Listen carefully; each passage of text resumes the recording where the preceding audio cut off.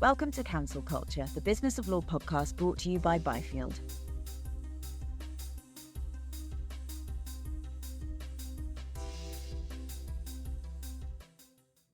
Welcome back to Counsel Culture and Happy New Year to everyone. Kicking off the first podcast of the year, I am delighted to be joined by Georgina Bennett-Warner, Head of Marketing at Wedlake Bell, who has kindly agreed to join me in the Byfield office today.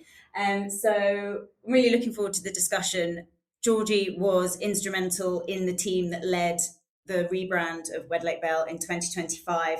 And we're going to dig into everything from what makes a successful branding team, how to bed in that brand after the initial launch, and potentially some advice for anyone considering going down that path. So Georgie, welcome. So nice to have you here. Thank you so much. I'm so happy to be here. How's your 2026 going so far? It's ramping up. Yes. It's ramping up. So we will see. Ask me in another couple of weeks. Maybe as busy as 2025? I fear busier. Fantastic. So you had a pretty mega 2025 working on this rebrand project for Wedlake Bell. But before we dig into that, could you, as head of marketing, just explain what your role is within the firm? Yeah, absolutely. And it's an interesting one because my role has really evolved. But effectively, I am in charge of PR, comms, more generally. Internal, I sort of dabble with at the moment. That's an area to work in.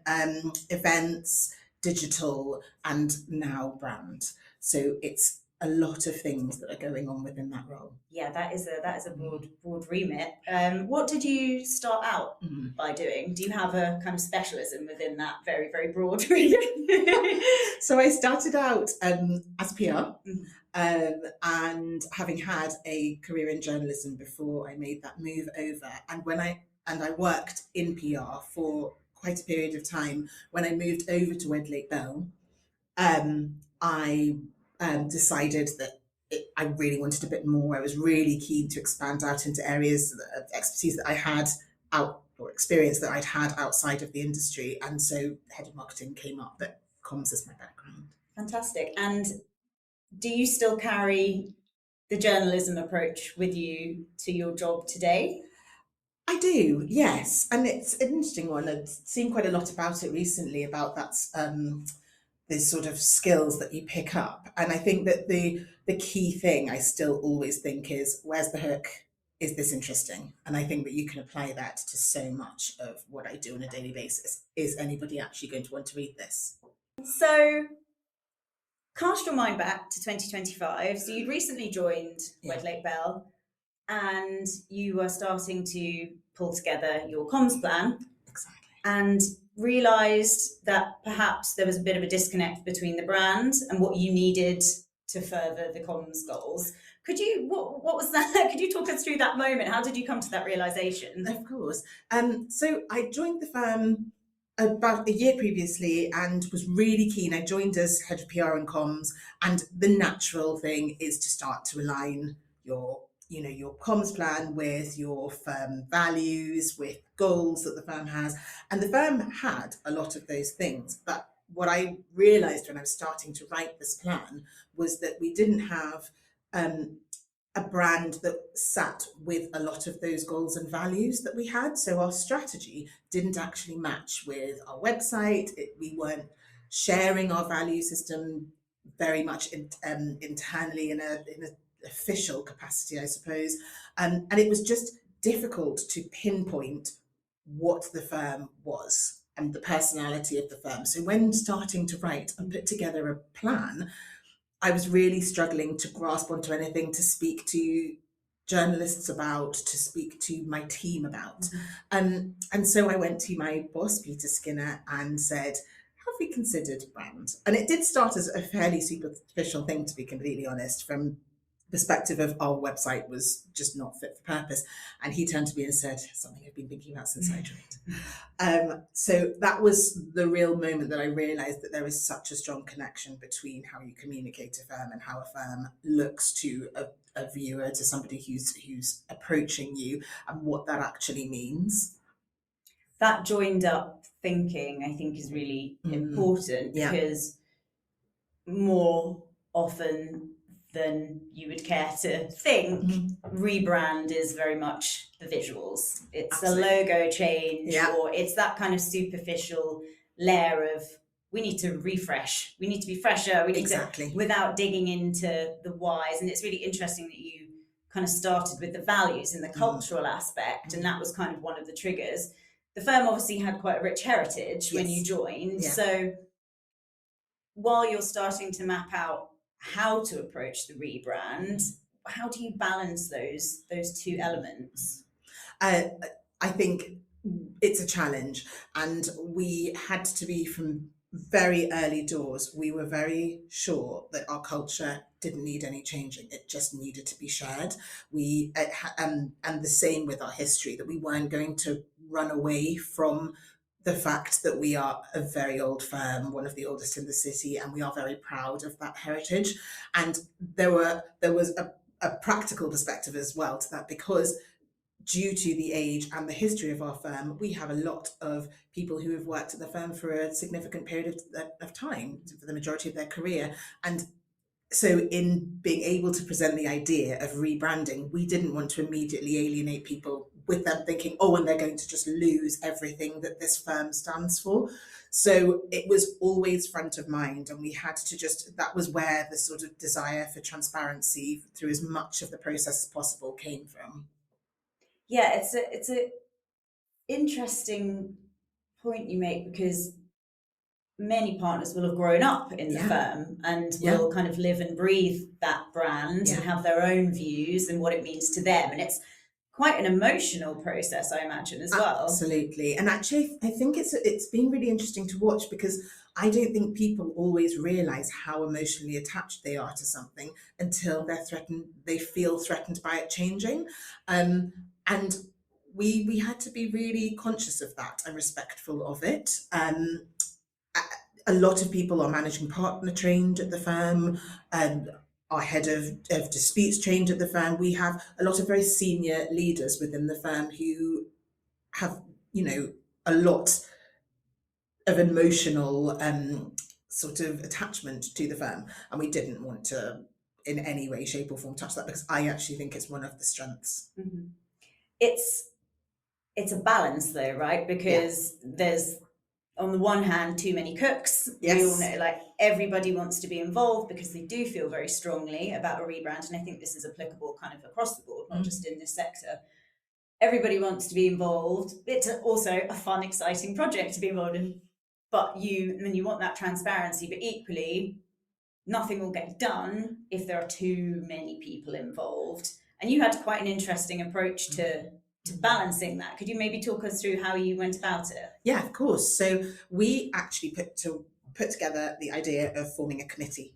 So we got our brand agency on board, an agency in Bath, and we started talking about how we didn't want the rebrand to be dictated by BD and marketing. We didn't want that to be the view that was taken from the wider and firm population. So we decided to send an email out to the entire firm, to every single person who works at Wedlake Bell. And we asked people to write a short email explaining why they would be interested in being part of the Wedlake Bell rebrand committee. And we got some really, really interesting, nice emails from people across the entire firm. And then we put together this committee of 10 people. And that ranged from trainees to people in HR, to our senior partner, Millie Wallace. And from that, we got a real mix of opinions, thoughts, and emotions, I guess. And so every single decision that was made, or that the branding agency presented to us, it came to the BD and marketing people who were involved. There were 3 of us primarily in the beginning, and then we would present that to the brand committee for any feedback, and that feedback was always taken into account. And we went back and forth. The logo was a really good example of that it had gone to us, and BD and marketing, we were a bit like, oh, okay, yeah, this looks good, but we're not 100% sure. It was always going to go to the branding committee, and as a group, we all worked out what it was that wasn't sitting quite right, and sorted it. And that is why we have the logo that we have today. I love the logo. It's very stylish. So how often were you meeting as a team? So it varied. In the initial stages, we had a meeting every 2 to 3 weeks, especially because initially, after that immediate sort of reset period that the agency takes, you start getting quite a lot of stuff about colours, logo, and all kinds of elements around the values. So we would meet every 3 weeks or so. And there would be a meeting of 45 minutes to an hour where we would chat through various things. There was a lot of conversation about the photography and the art direction on that. And as the project got closer to fruition, the meetings lessened. But it was a really, really fun period of time. And what kind of skills did you bring in from the business? Because I think everyone's going to be very different, but every department's also very, very different. And having that cross section, I think, is such a refreshing idea, and it's also just great internally for culture building relationships. Absolutely. Too, right? I bet people kind of spent more time than they would have done with each other. Definitely. But yeah, I'm kind of keen to, were there there's the decision maker, this is the creative person, or was it more collaborative? It was a bit more collaborative, but we tried to so we had a representative from every practice area. So from our 4 key practices, that was really important because we needed to make sure that the values and the look and feel didn't appeal more to one area than another. Right. And actually, interestingly, with the original logo that we had, there was a feeling that it slanted too much towards one particular group. Interesting. And it was thanks to having another person on the committee who worked in a completely different area, that they were like, that wouldn't appeal to my clients. That screams this particular practice. So that was part of the tweaking. We were also really keen, and this goes back to this heritage point, to have sort of new blood, as it were. So to have some much younger people who would say, well, how does this work from the perspective of, I'm joining this firm and I want this firm to be my home long term? Does it feel a bit like it's on trend? Does it feel too on trend? Does it give off the impression of being the law firm that we want to be? And we really wanted to make sure that newer joiners and younger people at the firm were involved in that decision. That's such a good point, because you want it to be, for the next hundreds of years, exactly. Right? So it's got to stand the test of time and still be fresh. But yeah, I think the website and the logo look great, and the kind of the partner profile pictures as well, I think, are nice and fresh. So I think it's all come together really well. Did you apply the same approach, kind of practice by practice, to the values and the messaging as well? That needed to be firm-wide, and that was interesting because we wanted to avoid any form of siloing. So one of the ways that we have sort of differentiated is with the type of photography and artwork that we use for pictures, for example. That will be very different if you're pitching to a private client as opposed to pitching to a real estate group, and that's how we differentiate. And there are shades of that also on the website, but largely what we really wanted to do was make sure that our values were universal, and that this theme of excellence, which we have, was echoed across the board. So how long did the project take from conception through to we're ready to launch? So we went out to tender in March or April 24. We started the project the summer of 24 and we launched in September 25.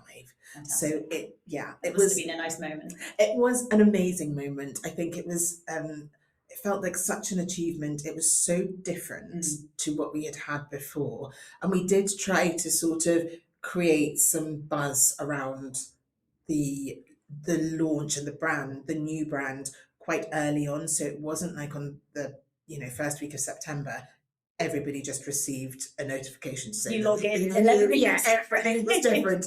There was quite a long lead into that, which we were really purposeful about as well. Great. Can you talk us through that? Yeah, of course. So in that, we had decided that when we got to the end of 2024, we had a a sort of idea for our photography. We knew what that was going to look like. We had a logo, we had brand colours, and we worked with the agency on sort of how we were going to share that and whether we should share it earlier. And one of the things that we wanted to do it's a similar sort of thought to having this committee, was that we never really wanted to spring anything on anybody. We wanted people to feel like they had come along on the journey. And when we did all of the research and the surveys, we took a lot of the feedback that was given to us about where people thought the firm was as opposed to where they wanted it to be. So last January, we put together a presentation with our agency.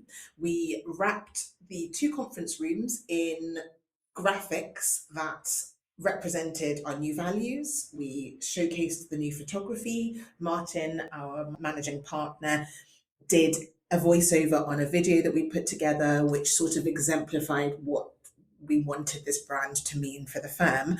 And people were invited to come along by practice group. They were greeted with a non-alcoholic cocktail in one of the brand colours.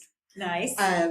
And they watched the video, and then they went through, and Reality House, our agency, did a presentation on how the process had started, what we had taken from the research period, and what we had come up with.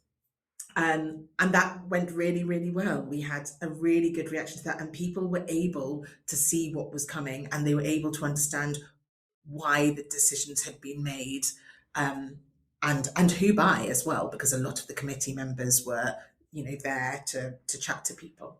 And the firm, people have been really receptive to the brand change, haven't they? Do you think that transparency and maybe having lots of internal stakeholders played a part in that? Definitely. I think you can feel very far away from a rebrand, especially in a big corporate. And I've been through them before, not worked actively on them in firms, but sometimes it feels so far away from you. Because we're a smaller firm, it was really crucial that we communicated what this was all going to be about. And so I think for the very most part, there was a really positive response to the new brand in the September when it launched. The website was a surprise, but they knew why we were doing it in a certain way, and they did know certain elements of it. But we didn't have any issues at all with the brand. And that was really, really exciting and satisfying. But I do think that is largely very much due to the intensity with which we knew we needed to communicate things at every turn possible. And you had your team obviously kind of working together very closely. It must have been an emotional journey for you all. It really, really was. And it's something that it sounds really cheesy, but it bonds you really, because there are a lot of, especially towards the end, I mean, there's a lot of excitement through the first 7 or 8 months, and then there's the reality of it. So for example, we redid a huge amount of our content to weave in our new messaging. And towards the end, you are spending evenings, weekends, talking to each other, checking, sense checking things, being a bit nervous about how it's going to go down, like working with the tech team at the agency. So you spend huge amounts of time talking about this thing that becomes like a baby. And yeah, it was a bit of a strange thing actually once it had launched, because whilst there is a lot that comes now, that you do have this weird moment of, that's been my reality for over a year, Yeah, that moment. Yeah. Bereft. Yeah. Bereft and exhausted and, yes, and excited that it's done in a way. Yeah, that's a lot of emotions. So yeah, you said it's, you've launched, you had the amazing event. I love the idea of all the wrapping and the cocktail. I think that's kind of really getting everyone's buy-in, making it feel like everyone has a part of this rebrand. Yeah. But it doesn't end there. So you finish that and you wake up the next day, yes. And then what happens next? Then it's actual chaos. There were lots of things, I think, that took up the rest of last year that were practical things. People, I think, we actually spoke to the agency about this, that I had never, from the position that I work in, had so much engagement with the website. in terms of people being like, oh, I'm not sure that I love the way that that sounds for this practice or for this, group, or I'd like to change the wording here, or can I update my bio? Can I make sure that this is on there? And that has actually happened just constantly since we relaunched, which is a really good thing from my perspective. It's quite difficult to manage because you've got a lot of email traffic, but even this morning I had an email from a partner asking to add his newest deal to his bio. Now that relaunch just didn't really happen. You'd have to sort of chase people to be like, have you checked? And that has changed massively. So I think that there are a lot of really practical things that end up happening in that sort of 3 to 4 months post launch. And then there's also the what now? Because obviously it's not just a new logo. It's not just, launching some new brand values at people, new firm values, and just hoping that that sits. There's a lot that comes with that in terms of allowing the firm to now move forward, to be really solid in their attitude towards BD, the way that we treat our clients, the way that we communicate internally, and a lot of that is being worked on as we speak. And there's also a bit of sort of reiterating. In fact, it's not a bit; it's a constant reiteration of why we've done this and what this means and what we hope to see from it and what we would hope to expect from people in just that slight change of how you approach working at the firm. And yeah, I think the way you phrased it was good, like launching values at people. Yeah, I think that's exactly done badly. That is often how people feel. Exactly. And it's great to hear that you had people really engage. You said taking pride in the website, wanting to update their bios. How do you, from a kind of practical standpoint, bed in all of this? It's a huge amount that's changed, even though the firm is obviously still recognizable, because you said your values and your culture doesn't change. But how do you go kind of peppering this throughout the year in the work that you're doing? So I think there's a lot of conversations that happen. And I think there's a lot of sort of speaking to the BD team, particularly who are very much in their practices, about how you explain, approaching clients, client care. So a lot of it does revolve around clients and how we treat them. I think we work in a really crowded marketplace and we have to find ways to stand out. And I think that's why there are loads of rebrands that you see. But the other part of standing out is in the way that you make your clients feel. And I think we've always done it very well at the firm. But one of the biggest things that we are doing and always working on is that client attention, the excellence when it comes to speed of response and a lot of different areas. And so there's a lot of training that we've been doing. Peter has been going into practices and talking to some of the groups so that people can ask any questions. And they're not questions about, oh, well, why do we have such and such a thing on the website? They're bigger questions about how can I best present the brand? And a lot of that just focuses in on being the very best that we can be and making sure that our clients never feel like we don't have time for them, that we are fully engaged with them, that we reach out to them with interesting thought leadership opportunities. So that's the sort of BD side. And then from a marketing and comms side, there's a lot of work around, potential ad campaigns, about the type of publications that we're engaging with, how we're engaging with journalists and speaking to journalists now about the firm.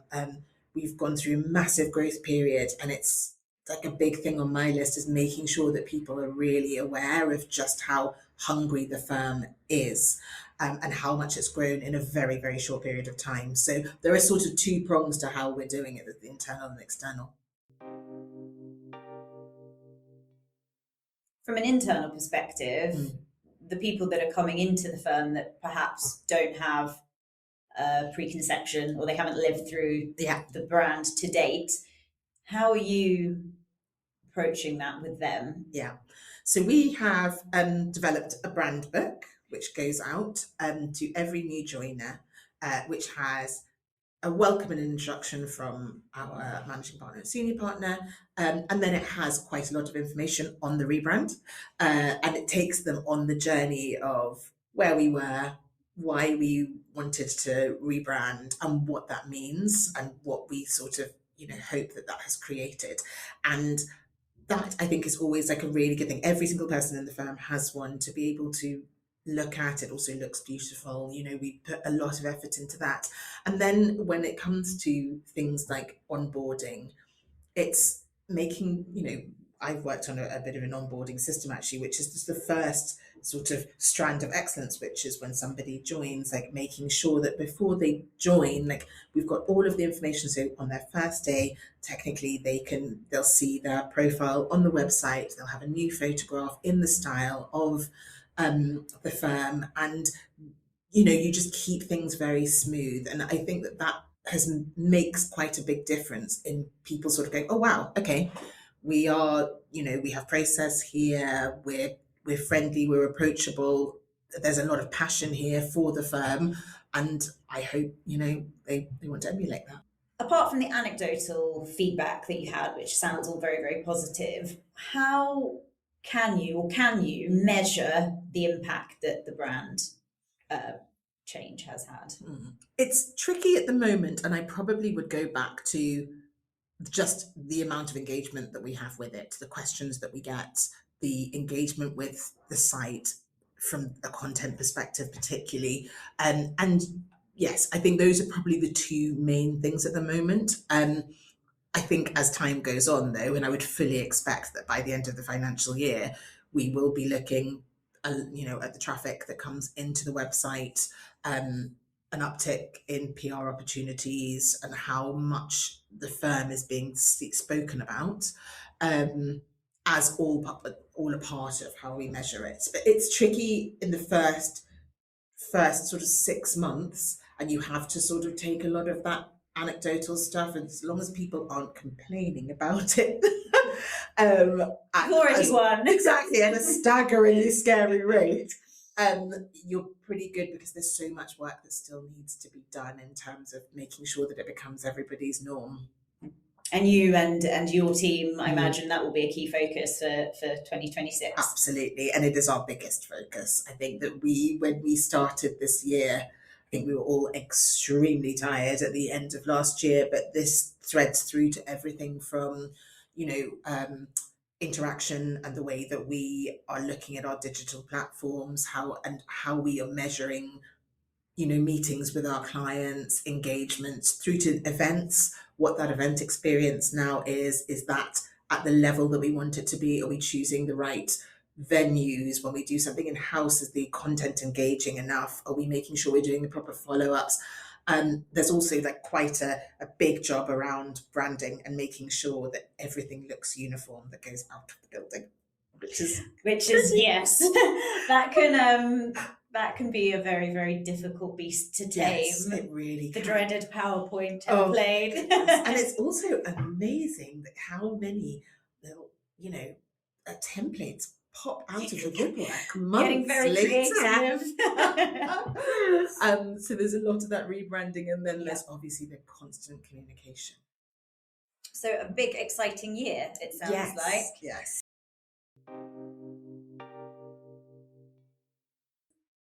Looking back, is there anything that you would have done differently, or any kind of major learnings? I think not underestimating the amount of content that will need to be changed, and that it went fairly smoothly. We had some fantastic help, but that is an enormous job. And what does that look like in practice when you say refreshing and updating the content? Yes. Is that combing back through everything that you've put out and adapting it to reflect the brand? So not so much that sort of content, but it's definitely rewriting almost every single practice page on the website. It was redoing people's bios in our new style. It was creating new content that was in the new About Us page. Our international pages, we have some sector pages that we're still sort of working on, Your like marketing materials. All and of our everything's- marketing materials. Wow, So there is a huge amount of content, and so I think that is not to be underestimated. But I also think that there is something that if I were to ever do something like this again, which is, don't assume that every single thing needs to be done for that launch date. Right. Okay. There is a lot of stuff that is absolutely critical, but there's also a lot of stuff that you will need to work on, and you'll need to actually let the new brand and the values bed in order to be able to get to where you want them to get. So some of our pages that we're working on at the moment, I'm really comfortable with us working on it right now, because we're adjusting to a new tone, and we're constantly working on all of that. Yeah, that's a good point, because I think, if you do everything in one go, it kind of lives and breathes this Absolutely. new brand, right? And you will perhaps look back and think, Yeah. this will need updating. And the last thing you want to do is go and do it all again, right? Absolutely, absolutely. Well, it's such an interesting masterclass in how to kind of run the process from start to finish. I think, obviously, as kind of comms person, I find it fascinating. I'm sure we have a lot of kind of comms listeners as well. Any advice, anything that you would give people, either thinking about raising the idea of a rebrand in-house, and like, how do you manage, like you said, that kind of tension, and from a very practical perspective of like, how do you even kick this off? Yeah. So I think from the perspective of raising something, I think these things have to be raised with a business reason behind them. Or I would advise that they're raised with a business thing behind them. I think it could be very easy to say, do you know what, we need a rebrand? But I think a rebrand personally needs to mean something, and it needs to be a part of a firm's journey. And this was very much a part of Wedlake Bell's journey into a new era. So I think that is my piece of advice there, is that just try to ensure that your rebrand actually means something. And that I think people also find it easier to grasp when you have really valid reasons for doing it. And I think from a practical perspective, I loved the committee. I thought that really, really, really helped us. Also know that there are times where you sort of oscillate from needing to keep things really tight so that decisions are made in a timely fashion, because you are always on a timer, and it is good to make sure that you do have a launch month, let's say. But there will be moments when you really need to keep things very tight, and then there will be moments where you need to actually really widen your nets and make sure that you have as many people on board as well. So I'm incredibly grateful to the extended BD and marketing team, who worked so well and was so incredibly helpful at the point at which we really, really needed help, and lots of people around the wider firm. And there are times definitely when, in order to just get something over the line, to get it to the board for sign off, you will just need to keep things really tight and make some decisions. Well, Georgie, thank you so much for being our first guest of 2026. Really excited to see how Wedlake Bell's brand continues to evolve, and we'll be keeping a close eye on you. But in the meantime, have a fantastic rest of the month. Hopefully it's not as busy as the back end of last year. But yeah, thanks again. It's been so lovely to talk. Thank you so much. You've been listening to Council Culture, the Business of Law podcast, brought to you by Byfield. Thanks for listening. Don't forget to subscribe and join us again next week, where we'll be discussing some more of the biggest stories in the legal sector.